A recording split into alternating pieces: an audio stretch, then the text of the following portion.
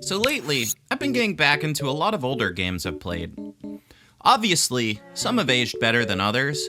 Oftentimes, though, the experience of playing the game supersedes some of the other stuff.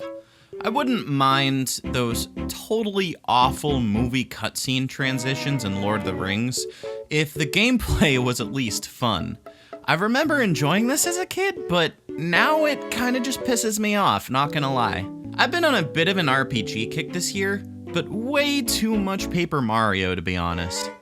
I can't seem to get into Final Fantasy, so maybe I go for something similar. Something with an interesting story?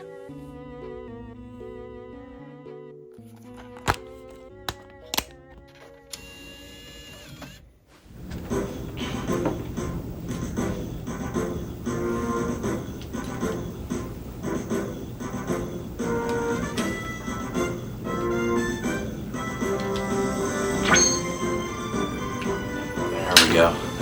So the backstory for this one is probably more interesting than the actual game. Evolution Worlds, developed by Sting, is a combination and port of two Japanese Sega Dreamcast games, Evolution, The World of Sacred Device, and Evolution 2, Far Off Promise. They cut a shitload of content out of the first game and created longer cutscenes to resolve the story bits.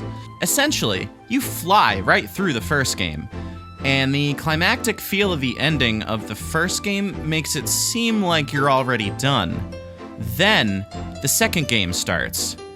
One thing I very much appreciate is that they actually carry your stats over from game 1 to game 2, and I'm curious how they worked that part in, since that part feels the most seamless. The level you reach by the time the second game starts feels about right. Maybe a tad on the easy side even. I did feel like the first dungeon was pretty quick, which admittedly is way better than suddenly having to struggle. I'm gonna be honest, I'm not a great analyst of story. Watching myself praise Ocarina of Time's basic-ass plot as great kinda makes me cringe. A lot of times, I have nothing new to bring to the table, and you can find any of the same points I make about plot pointed out more elegantly in other YouTubers' videos.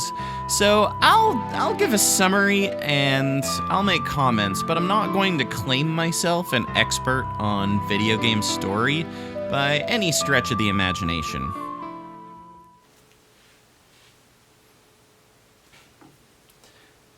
The game is set in the year of 930. An ancient civilization had met its demise 1,000 years before.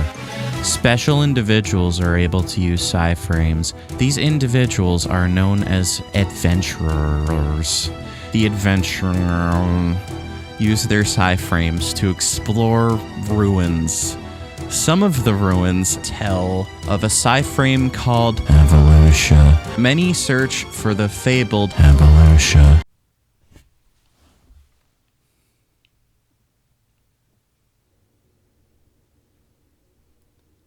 So how this translates in-game is that you use your psi-frame to fight baddies, turn-based style.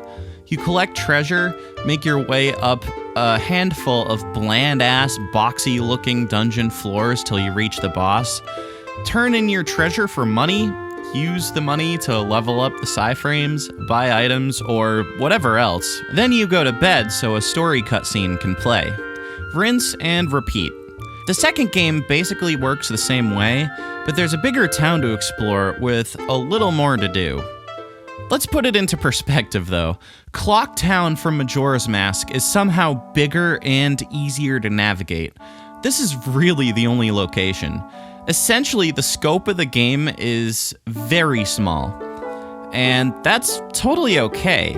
It just strikes me as kind of a shame that a game that put so many world-building concepts into its premise, ancient civilizations, an archaeologist society, a girl with mystical powers to unlock evolution, doesn't really have a lot of lived-in worlds to explore. In the first game, it's just this trailer park. Only to give us a break.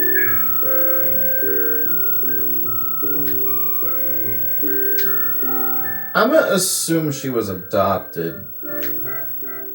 And in the second game, it's this town and a little bit this pirate area, kinda. Let's talk about the characters a bit. Your main group consists of Mag Launcher, the only offspring of the renowned Launcher family. That must be Linear playing her ocarina. Oh, you think? Mag lives in his parents' mansion west of... Mansion, bro? You call that a mansion? No, dude. This is a mansion. In today's economy, even a small house like this would be unattainable to most potential homebuyers under the age of 40. It's still not even close to being a damn mansion. Anyway, getting off track. Linear is your shy sidekick, and ultimately the most interesting character in the story, as all the conflict in both games really ends up revolving around her. Ah, yes. I remember that night 1 month after your father disappeared at the ruins. The snow was falling in heavy flakes, and suddenly Linear appeared alone in the doorway. She held a letter from your father. Please, Mag, watch after Linear until my return. I'm depending on you. It's hard to believe that 3 years have gone by since that night Linear first came. As the story unfolds, we learn more about her origins, her importance in this game's world, set in the year 930, where I could swear none of the attire or architecture seems to even be remotely period correct. Not that I'm an expert or anything. Hello, honey bun. You look a little young to be an adventurer. But isn't that a psi frame on your shoulder? What? Are you talking to me? Pepper Box is a cringy, flirtatious creep, and I wish she didn't flirt with teenagers. Or I don't know. I'm assuming Mag is a teenager based on the horrifyingly cringe delivery on every single line he utters in the entire game. It's that temper of yours that makes people mistake you for a man. Jane, if you could just stay calm and quiet, you might actually be kind of cute. Yikes. I won't waste too much more time on the characters, except to point out that Eugene sort of looks like Milo from Atlantis if they decided to make him absolutely disgusting. I had these brought here just for you. I hope you like roses. Roses and women both begin to lose their beauty once they have blossomed. Wouldn't you agree, my dear? Don't you get it? A rose is most beautiful when it first begins to bud, and so it is with women, and with you. Now, Linear, you and I will be together. See, at least Eugene you're supposed to hate. He makes a pretty good villain because he's designed to be slimy, gross, and predatory as possible. All joking aside on Pepper, she's supposed to be like a generally flirtatious but also kind of badass, like attractive woman. It's a stereotype, but they pull it off well enough. She's quite overpowered from the get-go as an RPG fighter compared to Gray and Shane. Most of these characters fill their role and aren't particularly unbearable or grating. All except Mag, that is. So, do you think a little better of me now? I don't know if it's the voice acting, but some of the line deliveries from him I just find absolutely unbearable. Yeah, there's one more thing I would like to ask. Oh, so you've changed your mind now. Well, what do you want? The original games on Dreamcast have no voiceovers, and I think it's kind of a trade-off. While characters like Gray and Pepper receive more charm from their line delivery, and while Eugene gets extra heat for his slimy delivery on creepier lines, the main character himself mostly induces cringe and kind of highlights weaknesses in going for voice acting over written dialogue. While the "this is why people mistake you for a man" line still isn't great, it's made much, much worse when combined with the condescending tone he puts on for it. It's that temper of yours that makes people mistake you for a man. Jane, if you could just stay calm and quiet, you might actually be kind of cute. I mean, this is basically how we're introduced to the character. That's basically what I have to say on the voiceover work in this game. That pretty much sums up my thoughts. One thing I enjoyed in this game, and honestly I enjoy in many older games, is the stock sound effects they use.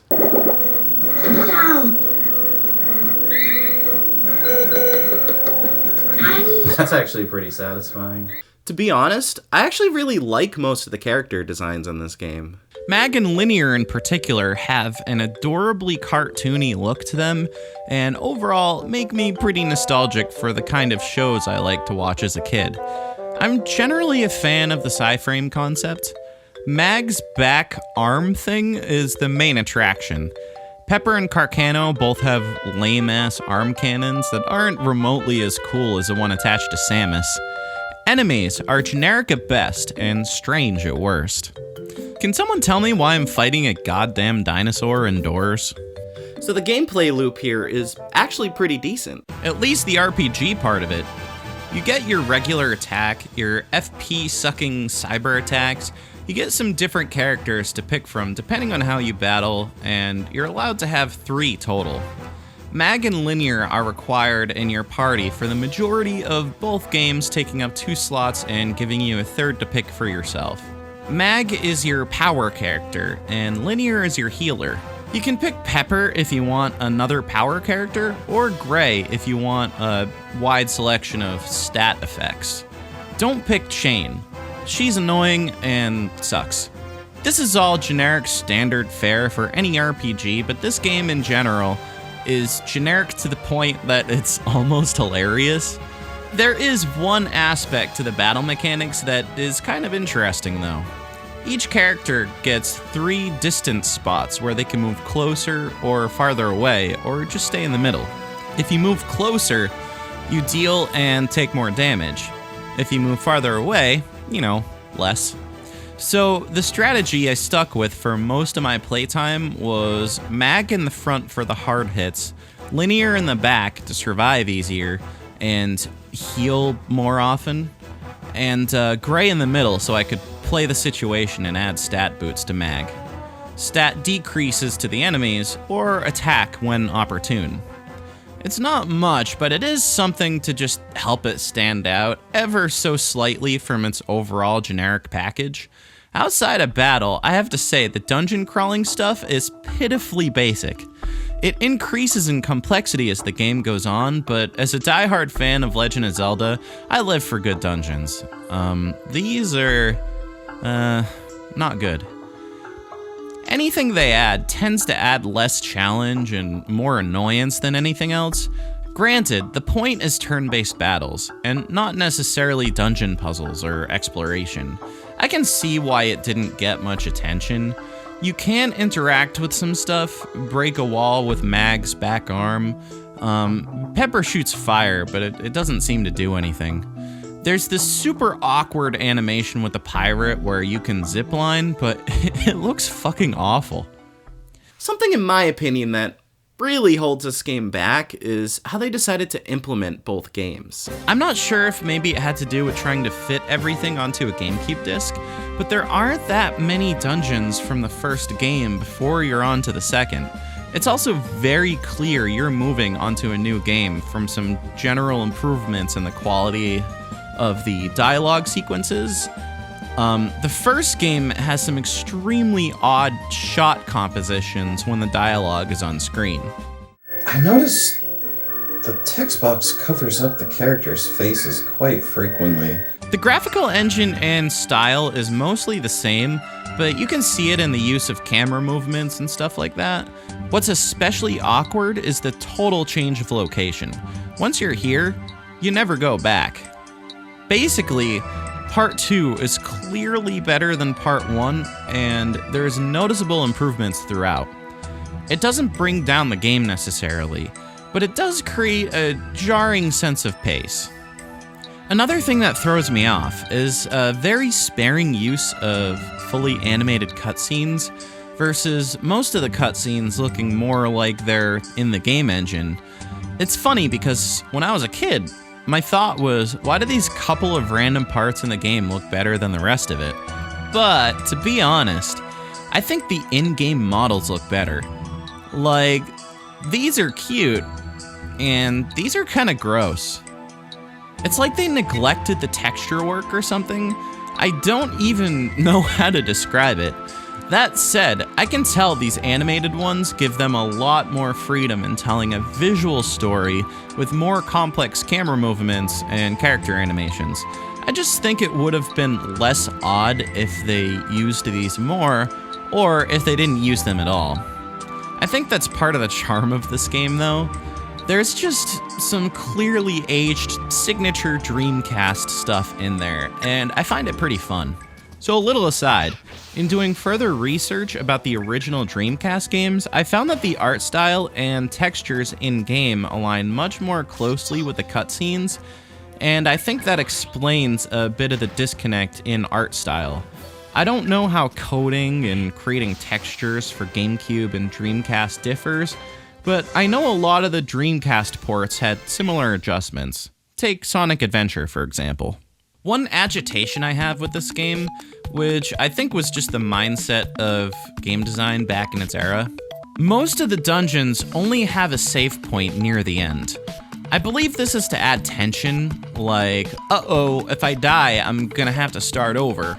Since the difficulty of the game is so low though, basically, if I get tired of playing and I want to stop, my options are use an escape instance and start back at the beginning, or try to skip some of the enemy fights and rush to the end as quickly as I can.